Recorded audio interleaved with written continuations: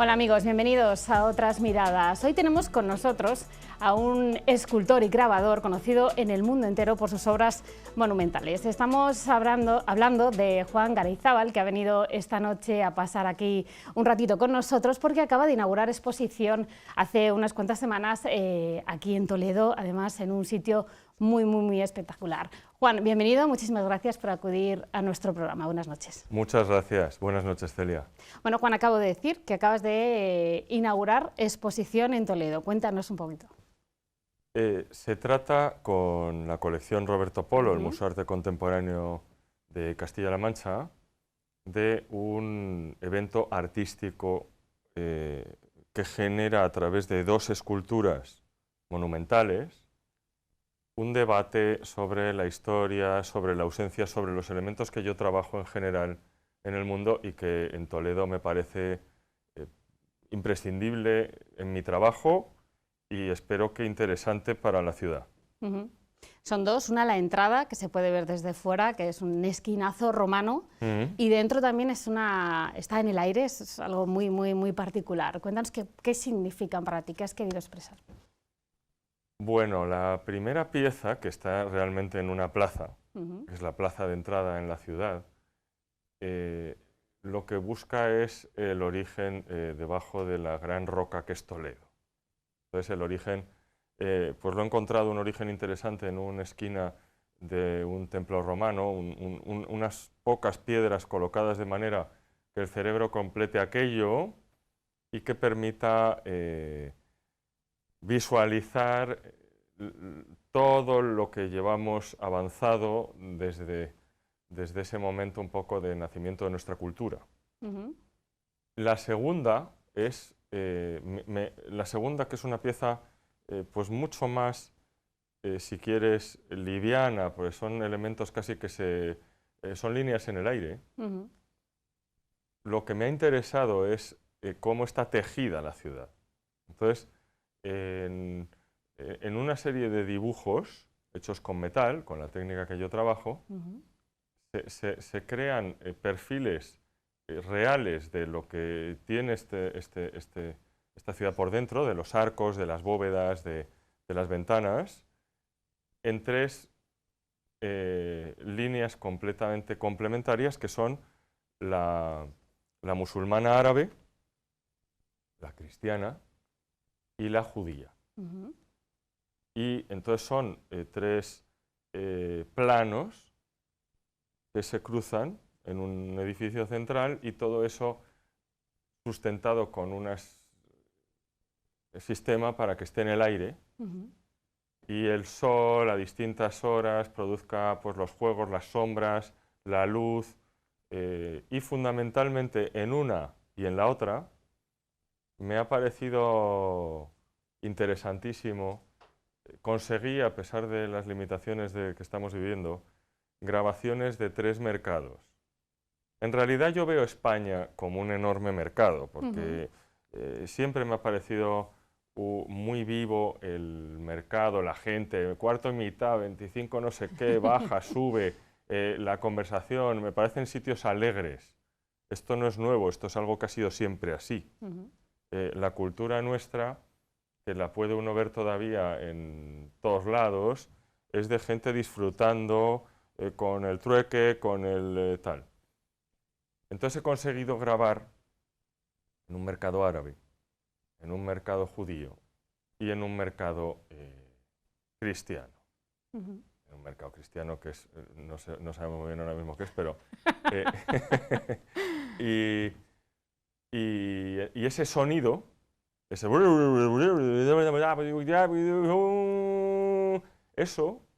me gusta cuando además hace un contraste todo ese sonido con el silencio que estamos viviendo ahora, ¿no? Me parece que es interesante la historia como elementos de mucho ajetreo, como momentos de mucho ajetreo y periodos de pausa. Me parece interesante y quiero plasmar un poco ese... y de pronto... Porque estos periodos de pausa, históricamente se ha demostrado que sintetizan muy bien lo que hemos vivido y proyectan seguramente una realidad revisada, que es al final un poco lo que plantea también lo que puede explorar el arte. El arte no es solamente un estudio de algo per se, es generar un debate y participar en qué va a ser un poco la realidad futura. Trata de adelantar cosas. Primero, el arte, lo más interesante que tiene, no se puede explicar con palabras, con lo cual todo lo que estoy diciendo son bobadas, pero existen estas cosas. Bueno, pero yo creo que cada persona tiene su opinión, o sea, del arte, ¿no? Es algo bastante opinable. Bueno, y más del arte público. Exacto. En el momento que una pieza se pone en la calle, la pieza ya es de todo el mundo. Y se trata que genere que las personas la hagan suya en múltiples variantes. Es decir, la pueden hacer suya de una manera interesante, construir a través de ella cosas, la pueden hacer suya de una manera tóxica, diciendo que el artista es un farsante y que todo es una birria y que lo podía hacer su hijo de 5 años. Eso pasa muchísimo. Eso en Arco me parece que pasa mucho. Eso todo el rato, pero forma parte del debate. Es Exacto. decir, esa es una manera también de generar una vida en torno a algo tan minoritario como es el circuito del arte, que es, al final somos 4 gatos, pero gracias a ese tipo de ganchos, mucha gente empieza a mirarlo. Y empezar a mirar una cosa termina siempre en algún lugar. Si no empieza uno a mirar su ciudad, si no empieza uno a mirar la historia, el urbanismo, pues hay muchos procesos que no se desencadenan. ¿Cómo lo lleva el artista desde el otro lado? Esas críticas a veces descarnadas de, pues eso, del mundo de los que desconocemos, el mundo del arte, y a lo mejor pues dices, sois todos unos ignorantes, no tenéis ni idea, pero ¿cómo se lleva esas críticas o al contrario? Bueno, yo creo que es un histórico, es decir, yo siempre he sabido que generar debate debía de ser parte de mi actividad. Eso no quiere decir que estuviera preparado desde el principio. Es decir, las primeras grandes instalaciones que hago en ciudades, recuerdo perfectamente que alguna que fue muy polémica, me metía en la cama y notaba una especie, esa frase que tenemos de que te zumban los oídos. Sabía ya que había artículos, que había programas, que había polémica. Pues ese zumbar de oídos se parecía mucho a un resacón. Es así. Lo que pasa es que con el tiempo, o sea, era un resacón siempre agradable, pero era resacón. Ahora ya no tengo ni siquiera la parte desagradable. Creo de verdad que alguien diga que todo es una porquería es esencial. Si no existen esos elementos, no existe una tesis, una antítesis, o sea, no hay una evolución. Nuestra cultura occidental se caracteriza por la autocrítica. Si no hay crítica, la cultura se atasca. Entonces, formar parte de ese debate es la obligación del que quiere hacer evolucionar su cultura. Forma parte del Formar trabajo. parte de él. No hay nada más frustrante que llegar a una ciudad que uno admira y que esa ciudad no te incluya en el debate. Es decir, uno lo que quiere precisamente es tener una voz. A partir de tener una voz se puede llegar a cualquier lado. Seguramente ni siquiera la voz de la unanimidad sobre el arte es deseable. Porque si el arte es unánime, no es realmente, no plantea un salto. Las señoritas de Aviñón estuvieron 10 años en un armario. ¿Por qué? Porque planteaban un salto para el cual el autor, Picasso, consideró que no estaba todavía él preparado, ni seguramente ni siquiera las personas que iban a verlo, que eran sus marchantes, para verlo. Entonces, eso es realmente algo polémico. Si existe una unanimidad desde el momento que uno ve algo, muy probablemente no supone ninguna revolución. Entonces, esa también hay que agradecer que exista la crítica desordenada y injusta, que es una palabra maravillosa, porque sí, tampoco en este asunto la justicia va a ningún lado. Exacto. Hablabas antes de la evolución. ¿Cómo ha sido la tuya propia? Porque tú vienes del dibujo, empezaste del dibujo y ahora terminas haciendo obras monumentales. ¿Cómo es ese proceso? Bueno, el proceso, la clave del resumen es poder pagarlo. Ah, bien. Es decir, el dinero siempre al final. El dinero es esencial porque las cosas, las facturas van llegando y uno tiene que generar una actividad que dé no solamente para autofinanciar los proyectos, sino a un equipo enorme de personas muy cualificadas. El arte es un tema colectivo en el que uno tiende a integrar o tiene que integrar a personas a lo mejor, a trabajar con los mejores en cada sitio. Dibujar tiene la ventaja de que con un lápiz y un papel, incluso hasta con el peor lápiz y el peor papel, sale algo más interesante que incluso con uno bueno. Entonces, menos es más. Se recicla todo. Pero luego, eso también sucede en la escultura. No hay nada más reciclable que en mi escultura. En el estudio anda todo, todos los restos de todo se intenta procesar en cada uno de los 3 estudios para que cuando uno tiene una idea, echa la vista a todo lo que tiene y engancha algo que colocado de otra manera, pues a lo mejor ahí había metidas una serie de horas de trabajo, de materiales. Pero bueno, no me quiero desviar. O sea, ¿por qué es esa evolución? Porque soñando prácticamente en esta disciplina del arte público, cuando casi todavía no existía como existe ahora, tengo la suerte que ha habido artistas contemporáneos que han convertido este disparate de influir en ciudades, de generar debate a través de piezas públicas, en algo, en algo común o relativamente común.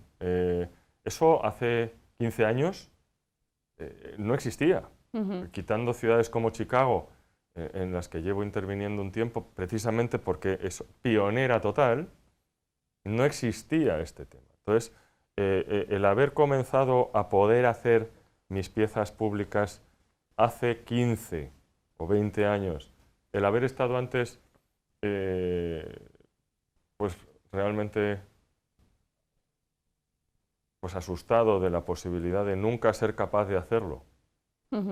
Esa es la realidad. Uno dibuja, pero dentro sabe que lo que tiene en la cabeza muy probablemente no lo va a poder sacar. Entonces, eso no hay que olvidarlo.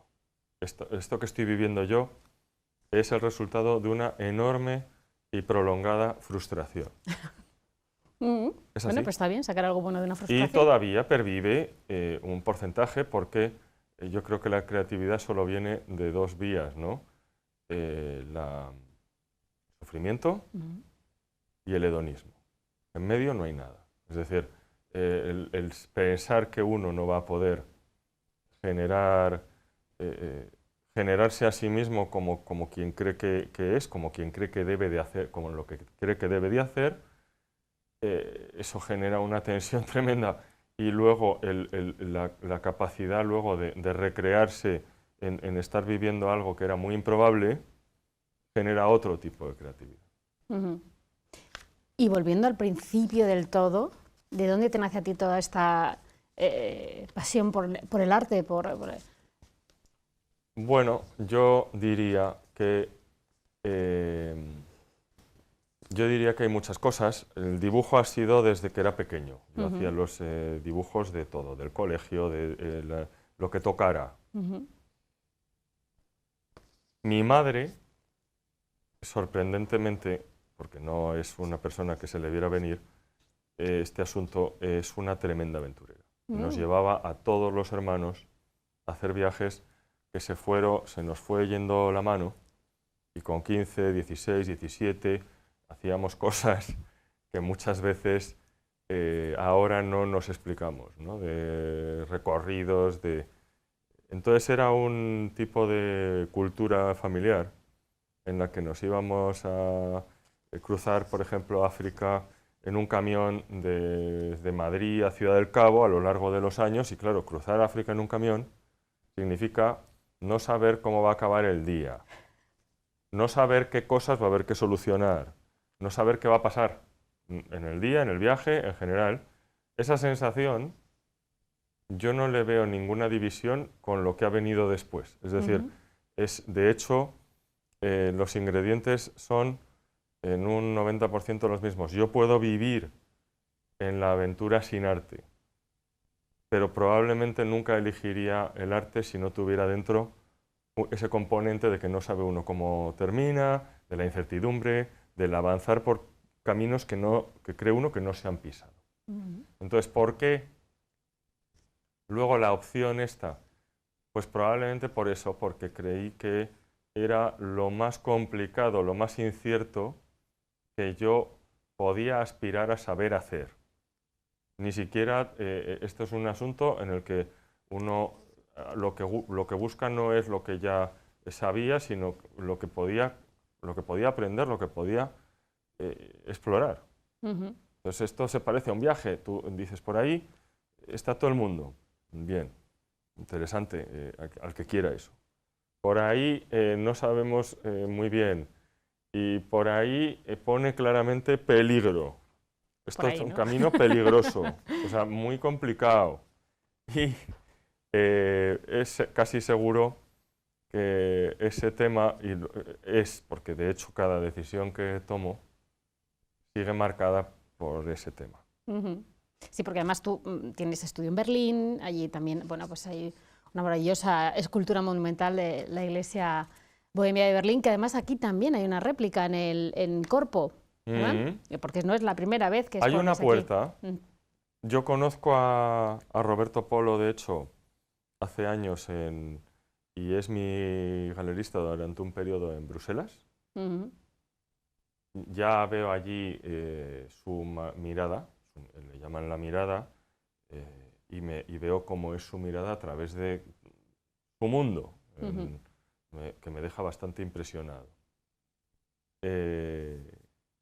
Él en aquel momento estaba ya con la idea de generar este espacio expositivo y se queda con la puerta oeste, que no se coloca finalmente en la instalación en la calle, y se la queda para su colección.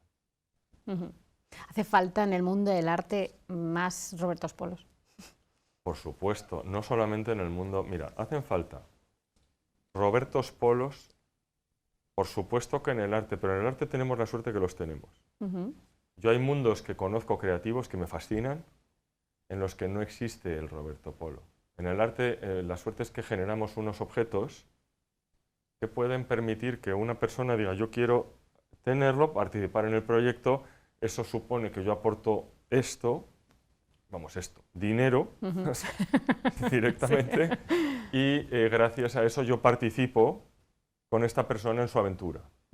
Ojalá existiera ese tipo de figura en la literatura, ojalá existiera, yo trato con muchísimos escritores, trato con músicos, ojalá existiera en la música, porque realmente es la gran ventaja del arte plástico, es que hay héroes que con su energía, su tiempo y su dinero se dedican a intervenir, a facilitar, a hacer posible que lo que un artista cree que debe de ser hecho termine haciéndose. Y en el arte, sin ninguna duda, como en todo, los hechos mandan. Es decir, no es lo mismo una idea que una... ¿Por qué? Porque una idea muchas veces, siempre, tiene un tope es un camino que está ahí. Cuando tú la realizas, esa idea da lugar a muchas otras tuyas y probablemente a bastantes de otra gente. Entonces hay un cambio enorme cuando algo sucede. Qué bonito. Es verdad. Y eso lo hace posible el coleccionista, y en el arte, yo sin la participación tanto de coleccionistas muy relevantes como lo es Roberto y otros que no quiero citar a uno y no a otro porque son un montón a los que les debo mi vida. en rincones muy dispersos del mundo, desde Asia a Estados Unidos, a Europa. Yo sin esas personas no habría conseguido generar ningún tipo de impacto en el arte. Y también los críticos. Es decir, detrás de, por ejemplo, la exposición que tenemos aquí, hay una figura que también nos une, que es Barbara Rose, que desde el año 2011 también comienza a interesarse por mi trabajo, me cambia muchísimo la perspectiva de lo que es el mundo del arte y la definición de cuál debía de ser mi papel, sobre todo internacionalmente, cómo desenmarañarlo de indesenmarañable. Y fue Bárbara que también ha sido clave en Roberto. Sí, además él siempre habla de ella en sus intervenciones o cuando estamos... Bueno, es que es otra forma de generosidad. Digamos que un coleccionista se busca... somos la misma... es una moneda de tres caras. El artista, evidentemente, se busca la ruina y a todo el mundo alrededor. Pero le salva el coleccionista, que sin duda se busca la ruina completa, porque es una persona que si pensara con la cabeza no dedicaría tanto tiempo y tanta energía al final a trascender hacia los demás. Y la crítica de arte, que también es una profesión absolutamente vocacional, porque de hecho incluyo en la crítica de arte cualquier tipo de periodismo. Vosotros hacéis lo que hacéis y no lo hacéis porque os parece la mejor manera de ganaros la vida. O sea, si tuvierais que pensar desde ese ángulo, se os ocurrirían muchísimas cosas. Exacto. O sea, estamos atados a una maldición que necesitamos producir, dejar en el mundo un legado de un género en el que el dinero no está en la cúspide. Y eso es esencial. Eso es esencial. De hecho, no solamente no está en la cúspide, sino que a veces no sabemos muy bien ni siquiera dónde está. Exacto.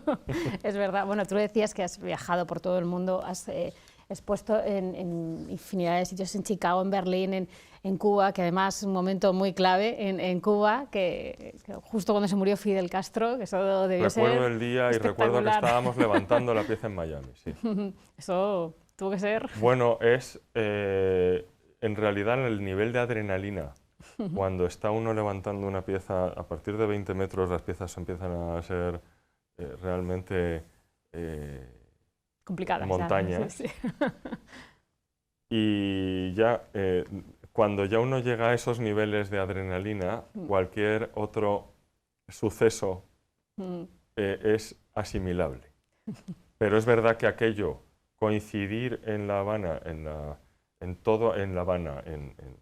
Miami, en todo ese proceso, y que se muera Fidel el día que levantamos la pieza, con toda la energía que desencadena aquello, pues es otra vuelta de tuerca a lo que hablábamos al principio, de que a uno le genera un resacón tremendo. De otro tipo a lo mejor, pero sí. Pero es como se aprende. Exacto. Es como se aprende.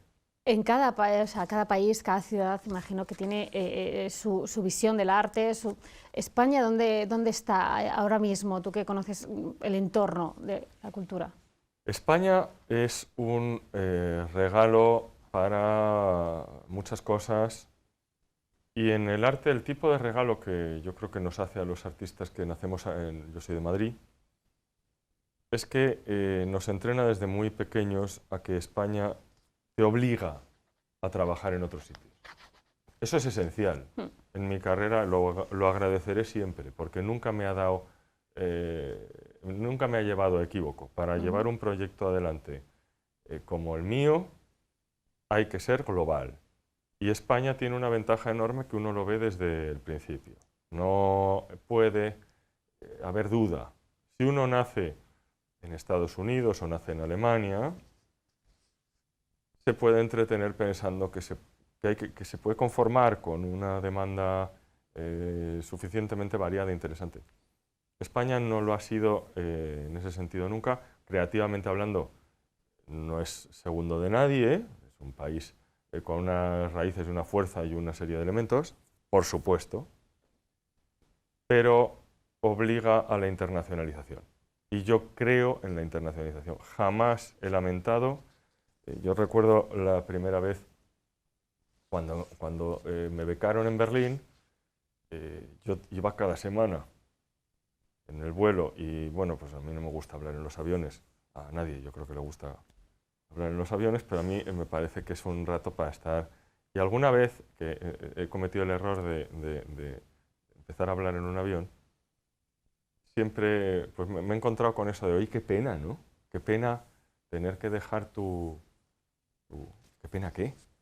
Es decir, yo no tengo absolutamente ningún apego a lo que conozco. Yo lo que busco es lo que no conozco y a mí me fascina estar tomándome un café en Prenzlauer Berg y conociendo todo lo que está sucediendo en Europa, pues porque está uno en medio, porque o sea, no hay vía atrás. España no te engaña, o sea, ya Hernán Cortés quemó las naves y hizo bien. No hay, ya lo que tenemos lo tenemos. Y lo que se trata es de no reflexionar cada día si podría ser suficiente, si uno podría estar en la cola del Reina Sofía y iba a ser más eficiente tomándose todo tipo de pinchos con todo tipo de gente. No. Enriquece. Enriquece y fundamentalmente, si no esta aventura, este siglo XXI, si no es a través de un camino global, se va a hacer larguísimo. Larguísimo. O sea, toda esa apuesta por lo local, yo no la veo. ¿No? Creo que lo local lo llevamos. Exacto. Podemos perfectamente hacer los chistes de siempre. Tenemos muchas cosas seguro que nos divierten, pero eso no te lo va a quitar nadie. Ya para terminar, bueno, cuando estuvimos en la presentación de Piedra sobre Piedra, de esa exposición aquí en Corpo, dijiste una frase que a mí me gustó mucho, que es que para intervenir en una ciudad tienes que amarla, tienes que entenderla, comprenderla y meterte en ella.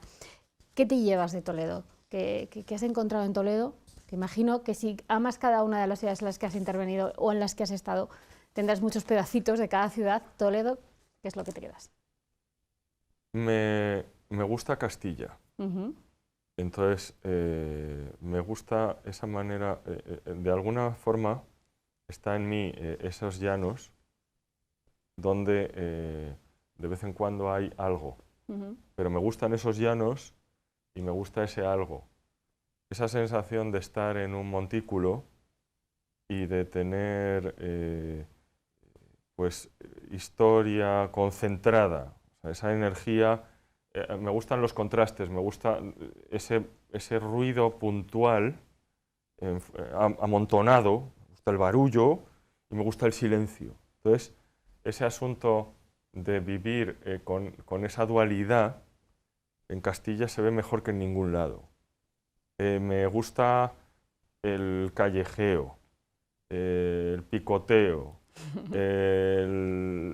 las alturas. Tú fíjate esta redacción vuestra, esa cuestión de las tejas, esa cuestión del río que tiene ese paseo donde uno está solo, porque ese agua que en otros países sale por todos lados, aquí está totalmente, también es otro contraste. Es decir, creo que creativamente hablando, a mí me gustan los contrastes y creo que Toledo es exactamente una mezcla de contrastes muy atractiva, de materiales también, porque a mí la piedra me parece una belleza absoluta. Hay simplemente acercarse a cualquier muro, es un cuadro. El musgo, el mortero, cómo están mezcladas piedras que han venido o sea, creo que, bueno, es un regalo en muchos sentidos, es una historia donde uno podría tirar sin límite y estéticamente pues es una experiencia de todo, de silencio, de ruido, de soledad, de todo. Bueno, pues nos vamos a quedar con esa reflexión. Juan, podría estar hablando contigo horas o escuchándote. Muchísimas gracias por haber sacado un ratito para acompañarnos. A vosotros, y que os interese esta cuestión tan minoritaria y tan controvertida, que espero que lo sea. Bueno, tendremos un año, tienen los espectadores un año para ir a verla allí a Corpo, pero bueno, también la puerta de la ICBM así que está ahí permanente, esa sí que está permanente. Muchísimas gracias por habernos acompañado. Muchas y gracias. Te esperamos aquí siempre que quieras. Un placer total. Bueno amigos, y hasta aquí nuestro programa de hoy. Les esperamos la próxima semana.